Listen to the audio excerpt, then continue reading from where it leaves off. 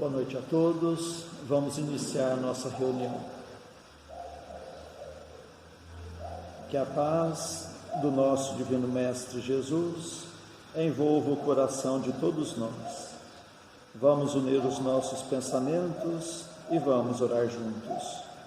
Dedicadas irmãs e dedicados irmãos, crianças, jovens, homens missionários do dia de amanhã, segundo os vossos aprendizados, é dado o momento de iniciarmos os nossos trabalhos no Centro Espírita Meimei, trabalhos estes de curas e passes dedicados às crianças, trabalhos de grandes aprendizados para todos nós, mas é necessária a nossa boa vontade, o nosso amor, a nossa união.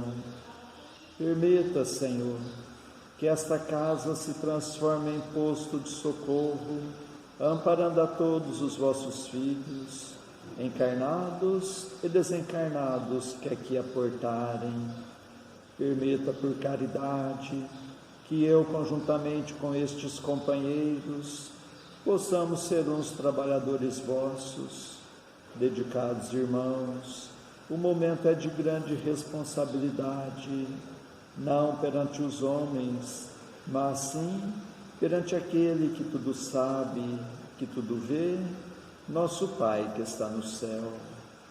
Permita, Senhor, a presença amiga de vossos mensageiros, particularmente vós, Meimei, patrona e guia desta casa, a grande falange de Agostinho, a falange do amor, acalmando os irmãos sofredores que em nosso meio vieram, porque ainda somos fracos, ó meu Deus, para engendrarmos com irmãos de menos elevação, mas para todos suplicamos as bênçãos e a misericórdia de Deus, e confiantes em vós, Meimei, nós lhe entregamos toda a direção e a santa orientação dos trabalhos da noite de hoje.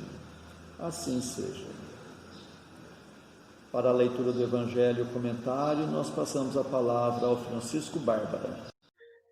Boa noite a todos, que Jesus nos abençoe. Nós selecionamos para a noite de hoje, para os comentários do Evangelho, esse tema aí, necessidade da caridade, que nos remete à primeira epístola de Paulo aos Coríntios, onde temos aí as considerações do Evangelho a respeito daquela epístola de Paulo, né? O Evangelho nos diz que São Paulo compreendeu tão profundamente essa verdade que diz: se eu falar a língua dos anjos, se tiver o dom da profecia e penetrar todos os mistérios, se tiver toda a fé possível, a ponto de transportar montanhas, mas não tiver caridade, nada sou. Entre essas três virtudes, a fé, a esperança e a caridade, a mais excelente é a caridade.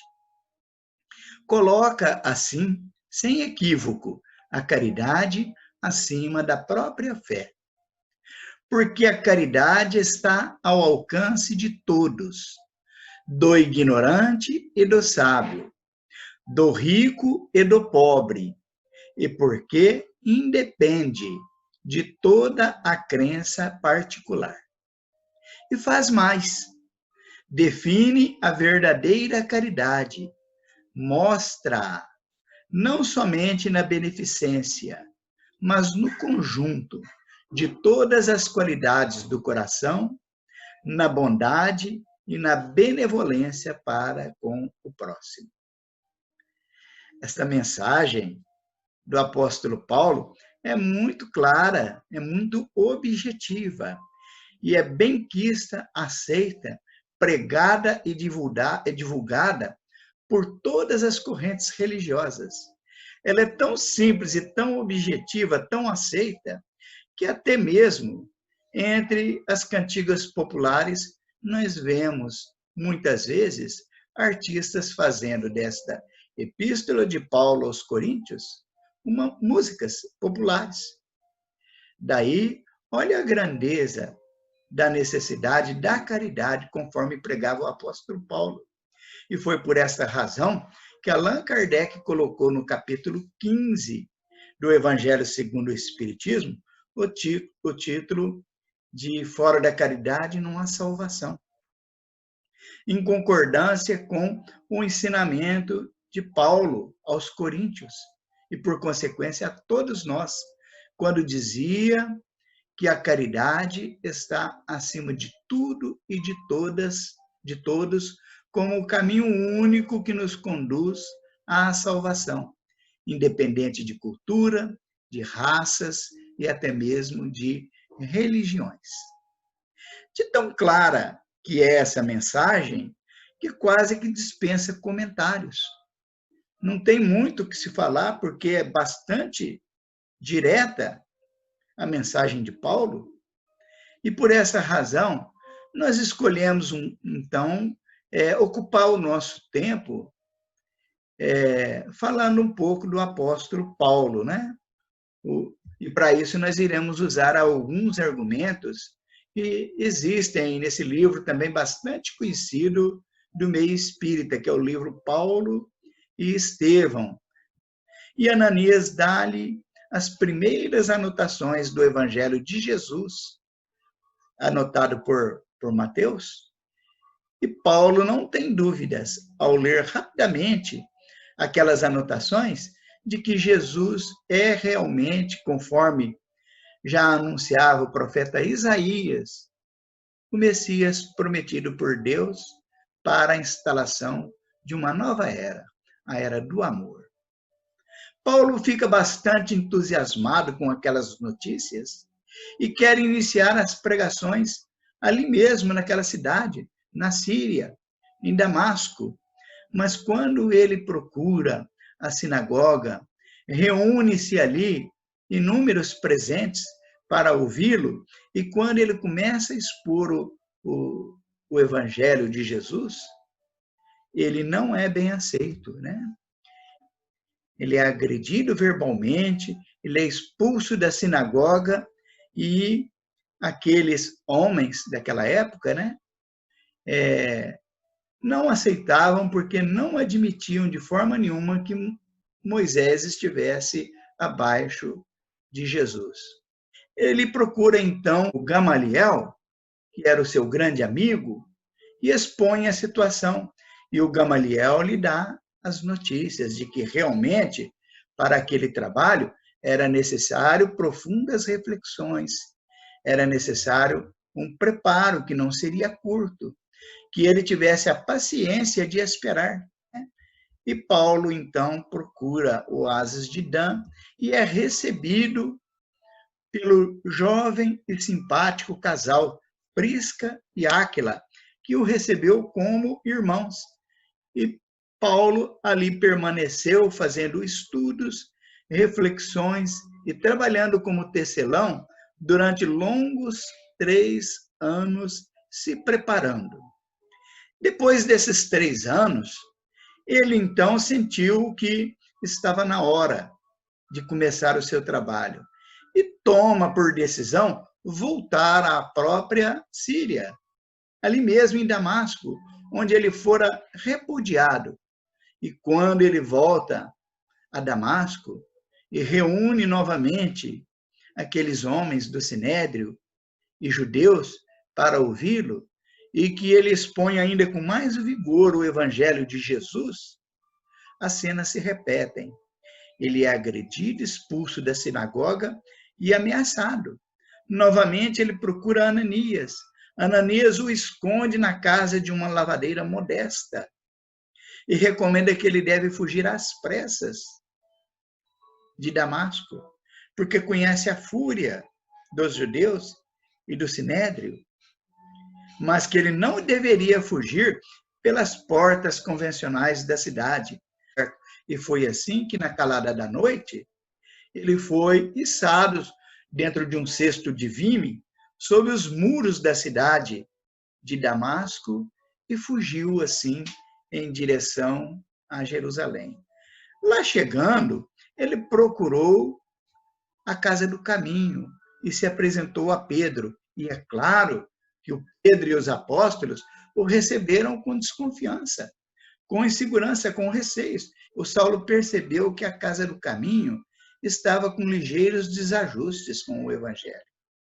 É que os primeiros cristãos, os apóstolos, né, eles sofriam a pressão por parte do judaísmo, por parte do sinédrio, que os ameaçavam. E lentamente eles iam cedendo e se ajustando às conveniências. Mas Paulo de Tarso não concordou muito com aquela postura da Casa do Caminho.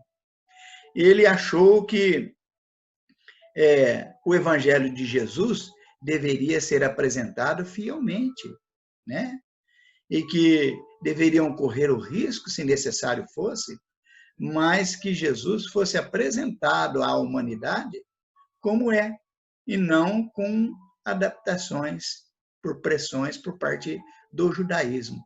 E foi assim que, como ele também não conseguiu alcançar o seu intento, ele resolve fazer as suas 4 viagens em pregações do evangelho aos gentios, né? Às comunidades distantes de Jerusalém. Mas as dificuldades eram muitas. Procura o seu pai na cidade de Tarso, mas ele também não fora bem recebido pelo seu pai, que esperava que o filho se retratasse e fugisse dos cristãos. Mas Paulo apresentou ali a sua proposta. Ele queria o apoio do pai e que o pai compreendesse que Jesus era realmente o enviado celestial, o Messias prometido. Mas o pai não pôde compreendê-lo àquela altura. Ele deu uma modesta bolsa com algum valor para que ele se alimentasse. E Paulo, então, desorientado e triste, sem apoio, e se sentindo sozinho, ele caminha para fora da cidade, sem rumo definido, até que encontra uma caverna. E ali nessa caverna, ele acomoda-se, faz a sua oração, pede inspiração junto a Jesus, para que soubesse que rumo tomar, como começar o trabalho, porque as dificuldades eram muitas e todas as portas se fechavam. E foi assim que, quando ele terminou aquela oração, rapidamente adormeceu e foi se sentindo leve, desprendeu-se parcialmente do corpo e foi levado até uma campina, uma montanha verde, muito verde, né, florida. E ele percebeu que alguém o esperava. E aí estava Estevão, que o recebeu e lhe deu bastante confiança, bastante segurança. Paulo estava envergonhado diante de Estevão, né?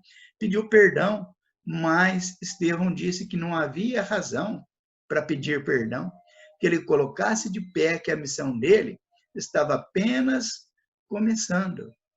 E nesse diálogo com Estevão, em que ele sentia o renovar das suas forças, a alegria para cumprir aquela missão, ele percebeu que Estevão não estava sozinho. Junto dele estava a noiva querida também, a Abigail.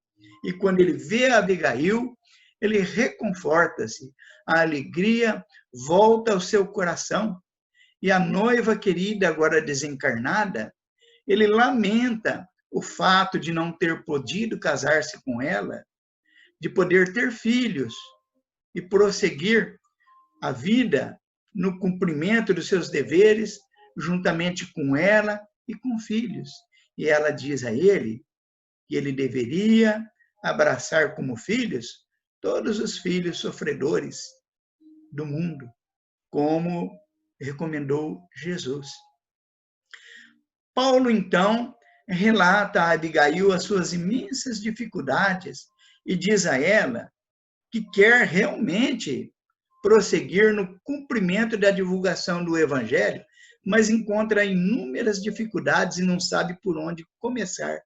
e pediu a ela que ela o orientasse. E ela respondeu com apenas uma palavra, dizendo a ele: ama, né? E essa única palavra, carregada de força moral, de amor, fez com que o Paulo compreendesse que é possível, sim, a prática do amor em todas as situações, mesmo cercado de dificuldades, como ele se via para o cumprimento de seus deveres. Mas ele relaciona ainda uma série de dificuldades para viver o amor e para superar essas dificuldades, ele não saberia como.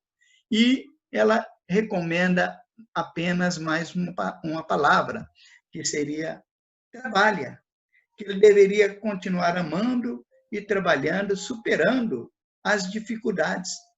Mas Paulo, ele estende ali uma série de dificuldades que enfrenta também para trabalhar o evangelho de Jesus e não saberia o que fazer. E Abigail recomenda-lhe, com apenas uma palavra, a postura a ser adotada. E essa terceira palavra é o espera, né?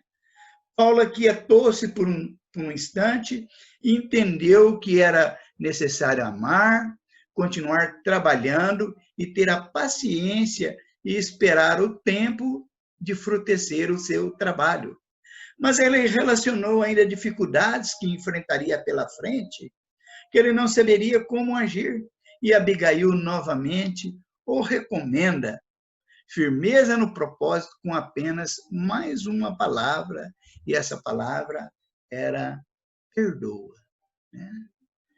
E Paulo finalmente valeu-se dessas 4 propostas para aplicar no seu trabalho, no seu longo e árduo trabalho, e cumpriu devidamente com os seus deveres, trazendo até os dias atuais o Evangelho para o nosso conhecimento e vivência. Daí, meus irmãos, gostaria de concluir também a exposição das nossas considerações, recordando aí a nobre missão do apóstolo Paulo, tão bem cumprida, superando todas as dificuldades, onde ele usou de perdão, de paciência, de trabalho contínuo e, sobretudo, de amor ao que faz, né? Que isso sirva também de inspirações para os nossos corações, para que, diante das dificuldades que encontramos pela vida, que a gente saiba esperar, saiba continuar trabalhando, que a gente perdoe as ofensas e que a gente ame, dentro dos nossos limites, mas que a gente ame. Porque assim nós estaremos também paulatinamente construindo aí o desenvolvimento do nosso espírito rumo à tão esperada salvação que todos queremos, né? Que Jesus nos abençoe. Antes de passarmos à segunda parte de nossos trabalhos, nós agradecemos a sintonia de todos, suplicando a Deus que seus passos sejam rendidos em bênçãos e que possam encontrar sempre a amizade entre a família espírita de Meimei, na cidade de Franca. E nestes dias em que teremos encontros virtuais, que Jesus possa continuar nos fortalecendo no firme propósito da reforma íntima. E meditando nos ensinamentos do Evangelho, nós passamos à segunda parte de nossos trabalhos, que são as nossas preces. Convidamos a todos a estarem com o pensamento em Jesus, com o coração oferecendo amor, para que possamos ajudar sempre os nossos entes queridos, os nossos familiares, mas vamos lembrar também dos nossos vizinhos, nossos companheiros de trabalho, nossos patrões, governantes e autoridades, trabalhadores de todas as ordens, os médicos, enfermeiros, os encarregados da limpeza pública, dos que estão expondo a própria vida para o benefício da população, dos irmãos nos quais pensamos no dia de hoje, pedindo a Deus que a paz esteja amparando a todos. Vamos ter o desejo de perdoar para sermos perdoados, o desejo sincero de curar para sermos curados. Continuemos concentrados em Jesus. Prece ao anjo da guarda.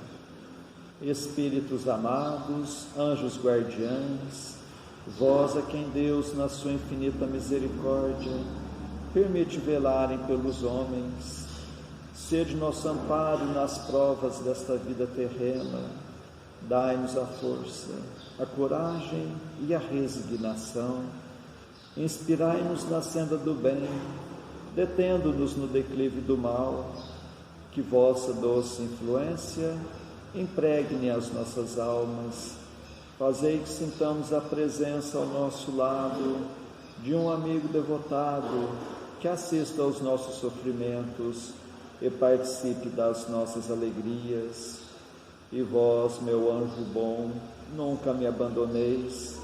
Necessito de toda a vossa proteção para suportar com fé e amor as provas que Deus quiser enviar-me,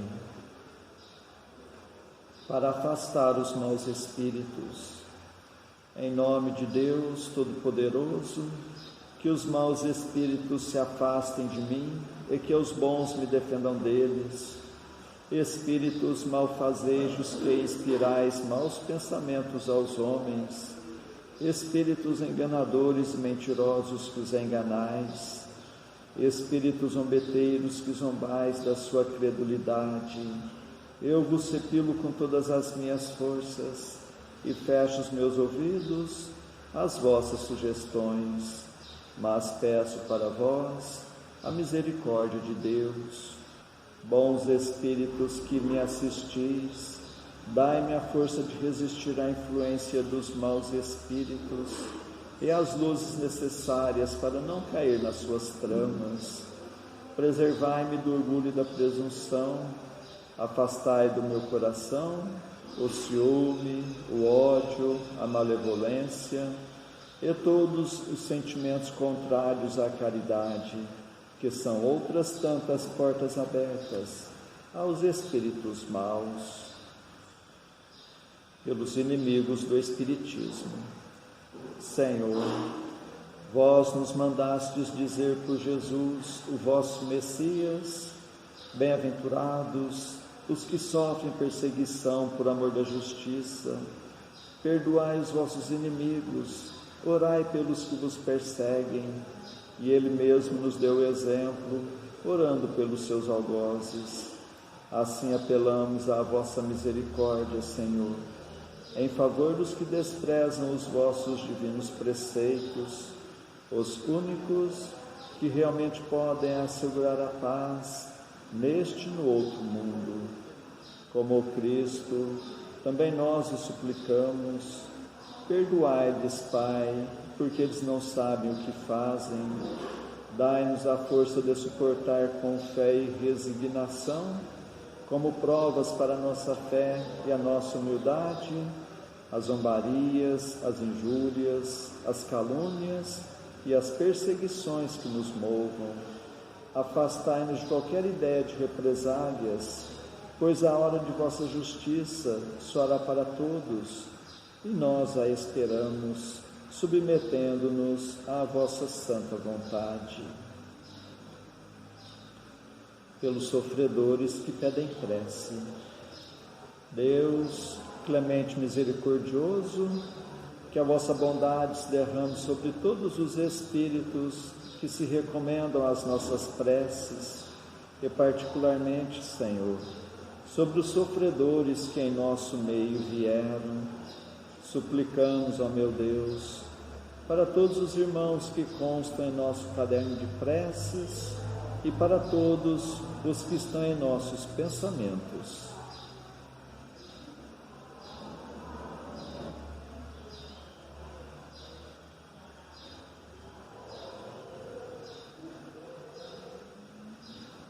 Bons espíritos, que tendes o bem por ocupação única, intercedei comigo a favor deles, Fazei brilhar aos seus olhos um clarão de esperança, e que a divina luz os esclareça quanto às imperfeições que os afastam dos bem-aventurados. Abri seus corações ao arrependimento e ao desejo de se purificarem, para apressarem o seu adiantamento. Fazei-os compreender que, pelos seus esforços, podem abreviar o tempo de suas provas. Que Deus, na sua bondade, lhes dê a força de perseverarem nas suas boas resoluções. Possam estas palavras amigas suavizar-lhes as penas, mostrando-lhes que há sobre a terra quem deles se compadecem e lhes deseja toda a felicidade. Pai nosso que estais nos céus, santificado seja o vosso nome, Senhor. Venha a nós o vosso reino, seja feita a vossa vontade, assim na terra como nos céus. O pão de cada dia dai-nos hoje, Senhor. Perdoa, Pai, nossas dívidas, assim como nós perdoamos nossos devedores, mas não nos deixes entregue às tentações e livra-nos, Pai, de todos os males.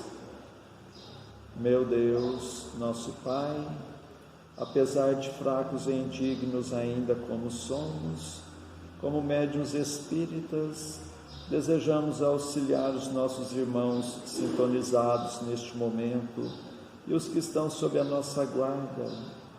Permita, Senhor, que os bons espíritos nos envolvam em fluidos fortalecedores, e em Teu nome, Mestre, e de nossa Mãe Santíssima, de nossos mentores amigos, damos por iniciado o nosso singelo trabalho, o tratamento através das vibrações à distância. Continuemos concentrados em Jesus, cada um buscando o recolhimento interior, procurando fechar os olhos da matéria e enxergar as belezas espirituais com os olhos da alma. Continuemos a nossa concentração, suplicando a Deus o alívio das nossas aflições, renovando nossas energias físicas e espirituais. Fiquemos por um minuto nesta sintonia.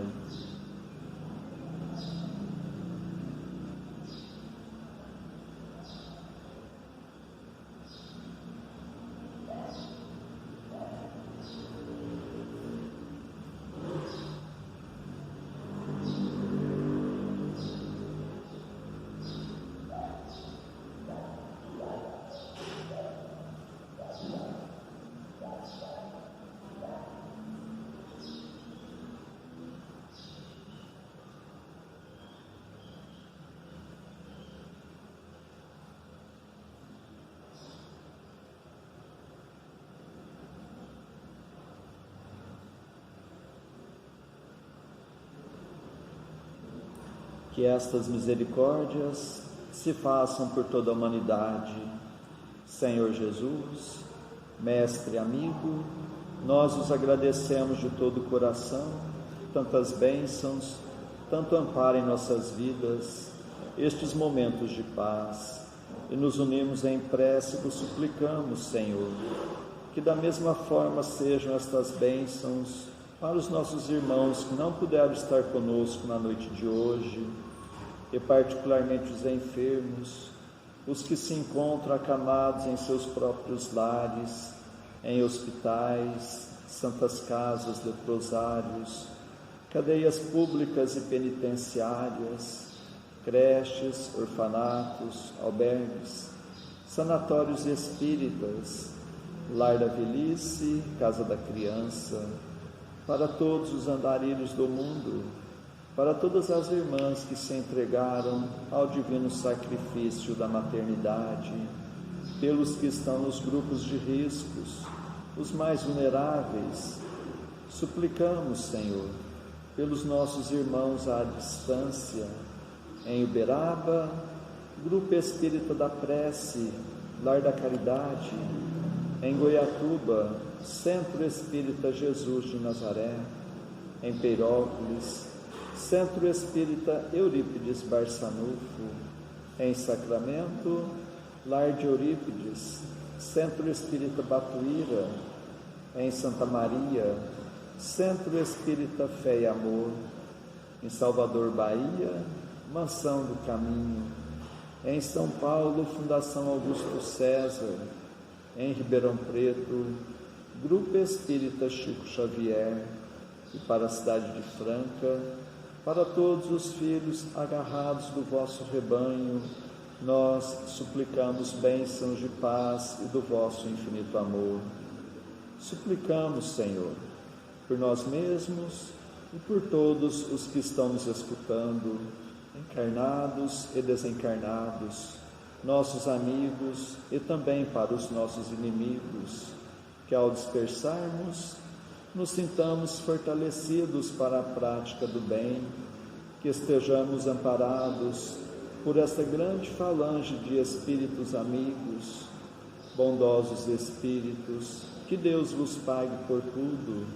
Agradecemos a Ti, Meimei, contamos sempre com a vossa presença em nossas vidas. Suplicamos, Senhor, que a vossa misericórdia se faça por todo o recanto do mundo, onde houver o gemer da dor, pelo amor da justiça, e que a paz de nossa Mãe Maria Santíssima reine sempre entre nós e conosco eternamente. Mais uma vez agradecemos e encerramos nosso singelo encontro da noite de hoje. Assim seja. Pedimos mais um momento para ouvirmos a mensagem psicografada pela médium Alzira Gomes dos Anjos Batista, no Centro Espírita Meimei, em Franca, na noite de 24 de novembro de 1995. Dê a tua gota de amor. Meu irmão, quantas vezes deixastes de fazer o bem por avaliares ínfima a tua ajuda? Saiba que se todos doassem uma pequenina cota de amor ao necessitado, o mundo seria mais feliz. Nunca subestimes a tua migalha de amor, oferecida ao irmão da pobreza. Tudo que vem do teu coração recebe a bênção de Deus. Talvez não tenhas ainda percebido, mas o irmão que recebe te dá de volta um oculto sentimento de bondade. Nem sempre ele é percebido, porque a dor amarga muitas vezes cria um semblante rude e monótono. Contudo, esse sentimento existe no coração dos que recebem uma cota de amor que vem do teu coração. Por isso mesmo, dá de ti. Confia em que Deus, o Pai generoso, estará sempre acrescentando à tua própria mesa uma códea a mais de pão.